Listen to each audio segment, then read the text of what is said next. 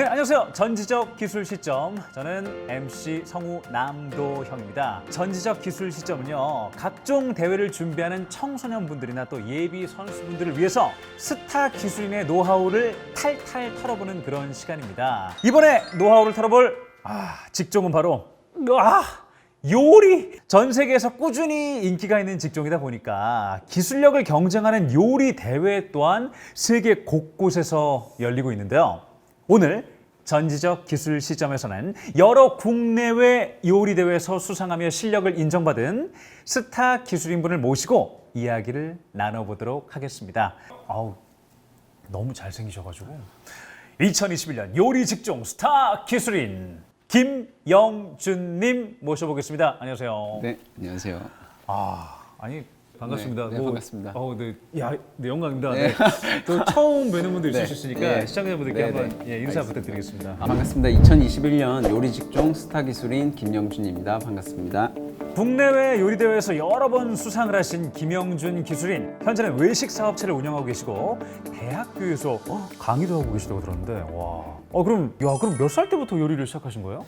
제가 요리를 시작하게 된 거는 12살 때부터 요리 학원을 다니기 시작을 했습니다. 12살 취미를 한 게 아니고 12살 때부터 요리 학원을 다녔다고요? 네, 맞습니다. 또 제가 듣기로는 남자 최연소로 네. 보고조리 기능사 자격증을 취득하셨다고. 네, 맞습니다. 14살 때 보고 조리 기능사를 바로 한 번에 처음으로. 네. 사실 저도 성우 봉제 최연소 합격자인데 23살 때.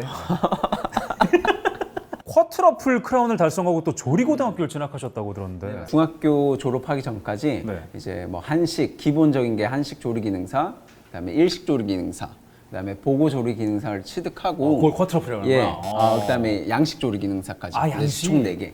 4개를 취득하고 조리 고등학교를 제가 진학을 하게 됐습니다. 그럼 조리고등학교를 가셔서 네. 뭐 진학을 했는데 장점이 좀 많았을 것 같은데. 조리 고등학교에 진학을 했을 때 과목들이 공통 과목들이 다 조리 자격증 관련된 과목이거든요.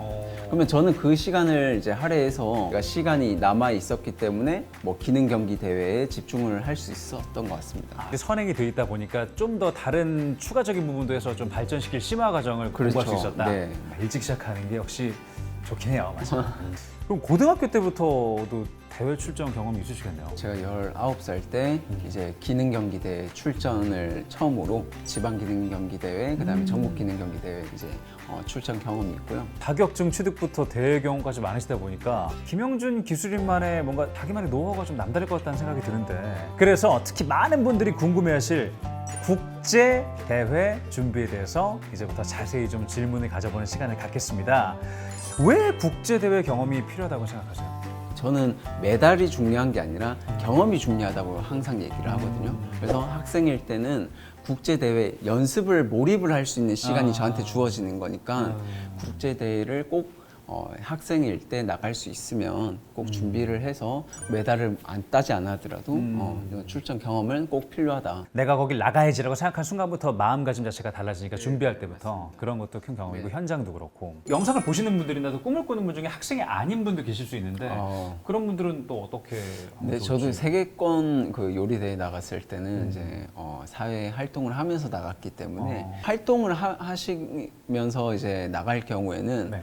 해외 이제 활동 발판이 될 수 있기 때문에 그것도 하나의 좋은 방법이라고 생각합니다. 네. 그렇군요. 네, 꼭 학생분들만 아니어도 모든 분들이 했을 때 활동 발판이 될 수 있다. 그렇습니다. 자, 그럼 국제대회는 꼭 국가대표 신분들만 출전을 해야 되는 건가? 아니면 뭐 개인 신분은 출전이 안 돼요? 국가대표 선발전이 있는 대회도 있고 네. 아닌 경우도 있습니다. 아닌 경우는 개인 출전으로 제가 2018년도에 세계대회 요리에서 파스타 부분에서 동메달을 따는 경험도 있습니다. 네. 개인으로도. 또 요리를 하기 위해서는 식재료나 또 조리 도구가 중요할 수밖에 없잖아요. 식재료하고 조리 도구는 뭐 거기서 주는 건가요? 본인이 준비해 가요? 어떻게 해요? 현지 시장을 잘 파악을 해야 되고 우선 이제 통관이 안 돼서 없는 경우 그쵸, 그 그쵸. 재료를 대체 식재료에 대한 연구를 많이 해야 도움이 될 것 같습니다. 그 요리 만화에서 많이 봤어요. 맞아요. 그러니까 우리나라하고 같은 환경이 아닌 만큼 네. 플랜 B나 플랜 C를 세워서 변수가 없게끔 하는 게 중요하다. 그렇다면 지금부터 세계 요리대회 파스타 부문에서 동메달을 수상했던 그 요리에 대한 시연을 보면서 과연 어떻게 했길래 수상까지 이렇게 국제대회에서 했는지 얘기를 이어가 보도록 할게요. 아유, 맛있겠다. 보시죠.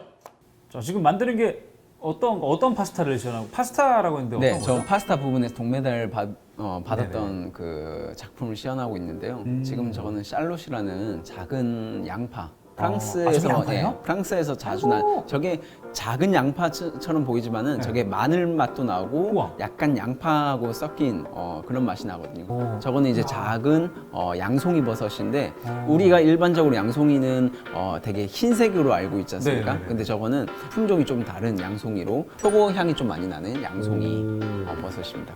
지금은 저게 면수라 해가지고 파스타를 삶은 물에다가 소금, 적당량의 소금 넣고 저거는 리굴리아라는 그 지역에서 나는 특산품입니다. 저게. 지금 방금 뭐 알록달록했던 거. 네, 트로피에라고 하는 어. 파스타인데 잠깐 멈춰주시면 네. 그래서 궁금한 게 두 개 있는데 지금 말씀하신 게 다 그럼 국산 재료가 아니네요? 그렇죠. 제대로 어떻게 갖고요? 저기는 현지에서 제가 사는 게 제일 첫 번째 좋은 방법입니다. 왜냐하면 가공품 같은 경우에는 제가 들고 갈 수 있지만은 유제품 같은 경우에는 비행기 타는 시간만 10시간이에요. 그래서 유제품을 그러니까 안 되겠다. 안 돼요. 그래서 크림 파스타 같은 경우에는 어디 가든 유제품을 구할 수가 있고 트러플 같은 경우에는 그런 마트나 다 백화점에서 구할 수 있기 때문에 제가 그냥 전략적으로 그래서- 안정적으로 이렇게 선택을 한 겁니다. 이거 촬영은 지금 시연 영상은 국내에서 하신 거 아니에요? 맞습니다. 그러니까 제가 궁금했던 게 저도 어떻게 구했어요?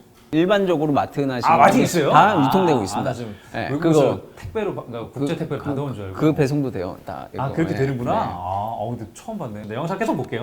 아이고 배고픈데 진짜. 팬에다가 오일을 두른 상태에다가 네. 샬롯을 먼저 넣어요. 저런 향에 대해서 되게 너무 좋은 거예요. 요리할 때 버터나 올리브 오일에 마늘하고 양파를 볶는 그 냄새가 너무 좋거든요. 저도 그쵸. 저거에 좀 반한 것 같기도 하고. 저 엄청 마늘, 양파 정말 좋아해서. 네. 그럼 저런 재료들 하나하나도 다 직접 오일부터 다 직접 찾아가지고 선정하시는 거예요? 그렇죠. 아. 이제 브랜드마다 그 농도라든가 그 퀄리티가 다르기 때문에 그래서 아까 식재료의 연구 이해가 많이 경험해보고 많이 접해보는 게 좋은 요리를 만들 수 있다. 이제 건지죠. 트로피에 면을 트로피에라고 하는 거는 이게 반죽이 일반적인 반죽을 해가지고 손바닥으로 이렇게 쑥 밀면 저렇게 꽈배기 모양으로 나거든요. 저렇게 알록달록하죠. 유럽 떡볶이 같아요. 흰색인 거 보니까. 예. 아시겠죠? 저건 아니지 크림. 크림 그러니까. 소스. 근데 크림에 보면 저 덩어리가 다닥 들어있는 게 크림치즈거든요. 그러면 아까 말씀하신 대로 크림 소스를 선택한 이유가 그거 다시 한번 설명 좀 해주시면. 제가 처음 이제 현장을 가보는 거잖아요. 자기 작업 공간에 벗어나면 그래도 적응하는 시간이 좀 필요해요. 근데 거기는 리허설 시간을 안 주거든요. 들어가자마자 바로 세팅을 해야 되니까 바로 적응을 해야 돼요. 그래서 저는 최대한 그런 리스크를 줄이기 위해서 안정한 이제 크림 베이스로 간 거죠. 그 당시 대회했던 장소가 어디였어요, 나라가? 필리핀이었습니다. 필리핀이죠. 마닐라였는데 마닐라 같은 경우는 날씨도 덥고 그냥 카테고리마다 다른데 공예 같은 경우에는 뭐 우리가 설탕을 만지거나 하면 이게 습도와 기온에 되게 민감하다 보니까 그런 것처럼 이제 지역적인 뭐 특성 문화를 잘 파악을 해야 될 것 같습니다. 국제 대회 준비는 좀 뭔가 국내 대회가 좀 다를 것 같긴 한데 국제 대회 준비를 할 때 좀 어떤 것부터 파악을 해야 될지 뭐 준비 과정들이 있다면. 우선 첫 번째로 그 대회에 열리는 나라, 명성이 있는 세계 대회면 그에 또 맞는 취지가 있거든요. 그리고 또 선호하는 식자재나 그 요리가 있으니까 자기가 잘할 수 있는 부분을 선택을 한 다음에 준비를 하시는 게 아마 네. 좋을 것 같습니다. 사실 플레이팅도 굉장히 중요하잖아요. 네, 중요하죠. 근데 저는 딱 굉장히 심플한 거를 딱 좋아해서 대회에서는 그냥 딱 저렇게 놓고 하몽만 딱 올렸거든요. 저걸 뿌리는 거는 이제 뭐예요? 허브 바질을 가지고 에센스를 만든 바질 오일이거든요. 그게 더 마지막에 피니쉬에 할 때 오! 예. 야 이거를 슬로우로 했더니 또 눈꽃이 내린다. 이야, 너무 잘 찍어주죠. 저거 먹어도 돼요? 저꽃 뭐야 저거? 다 시험 꽃이에요. 그래요? 네. 곳곳에 관찰력이 엄청 필요한 일이구나. 딱 저렇게 봤을 땐 파스타 같지가 않잖아요. 너무 잘 찍어주죠. 아우, 네. 내레이션 입히고 싶다. 제가 또 영상을 보니까 이게 내레이션을 입히고 싶은 욕심에 한번 해보겠습니다. 올 겨울 김영준 셰프이 내리는 눈꽃 같은 치즈가 올라간 트러플 크림 파스타. 홀로 외로운 크리스마스 보내지 마시고 김영준의 크림 파스타와 함께 따뜻한 겨울 보내세요. 이런 류의 뭐 내레이션 하는 게 있어요. 자, 시연 영상 잘 봤습니다. 여러 대회를 경험해 보셨을 텐데 선수들이 대회를 치르면서 뭔가 좀 이건 좀 주의해야겠다 그런 부분들이 있었던가요? 어떤 것들이 있었는지. 국제 대회 같은 경우에는 공통으로 쓰는 조리 그 기자재가 있거든요. 예를 들면 오븐이라든가 냉장고 공통으로 써야 되는 부분이 있는데 그런 부분을 최대한 뭐 피한다든지 몰리는 상황에서 자기는 더 빨리 간다든지 아니면 늦게 간다든지 그런 부분에서 조금 전략적인 게 필요한 것 같습니다. 요리 실력뿐만 아니고 정말 전략까지도. 그 외에 또 준비해야 하는 것이 있다면 뭐가 있을까요? 자, 국제 대회 같은 경우에는 이제 뭐 미스테리 박스나 이제 블랙 박스 같은 경우에 자기가 모르는 경우에 식자재가 나올 때가 있거든요. 그리고 또 하나가 이슈가 레시피를 심사위원들한테 제출을 해야 됩니다. 근데 영어로 작성을 해야 되고 영어요? 네, 기본 조리 용어를 알아야 레시피를 작성을 할 수 있으니까요. 꼭 한번 조리 용어 사전이라든가 이런 거를 미리 알아두시면 도움이 될 것 같습니다. 진짜 어렵다. 영어 공부까지 해야 되네. 자, 본인이 생각하시는 요리 직종에서 가장 중요하다라고 생각되시는 부분이 어떤 걸까요? 제가 생각하기에는 기본기가 가장 중요한 것 같습니다. 기본기. 네, 그만큼 이제 기본기가 있어야 창조도 가능하고 응용이 가능하기 때문에 기본기가 있으면은 얼마든지 그런 길이 열리기 때문에 기본기를 잘 탄탄하게 하는 게 중요하다. 네, 기본이 가장 중요하다. 당연하지만 또 스타 기술인으로서 말하니까 더 와닿는 것 같습니다. 끝으로 정말 다양한 질문들을 해봤는데 2021 스타 기술인으로 선발돼서 이렇게 또 자신의 노하우를 공개하게 됐습니다. 또 이 방송에 출연하신 소감 남다를 것 같은데 소감 한번 부탁드릴게요. 앞으로 더 이제 열심히 하라는 격려의 차원에서 저는 이거 스타 기술인 선정됐다고 생각을 하고 좀 더 열심히 하는 모습을 보이도록 하겠습니다. 고맙습니다. 자, 이 영상을 보시고 또 많은 조언 들은 분들 정말 큰 도움 됐을 거라고 믿어 의심치 않습니다. 진심 어린 답변해 주신 김영준 기술인 정말 다시 한번 감사드립니다. 고맙습니다. 감사합니다. 전지적 기술 시점. 다음엔 또 다른 직종의 스타 기술인분들을 모시고 함께 찾아뵙도록 하겠습니다. 그럼 다음 시간까지 안녕히 계세요. 다들 안녕.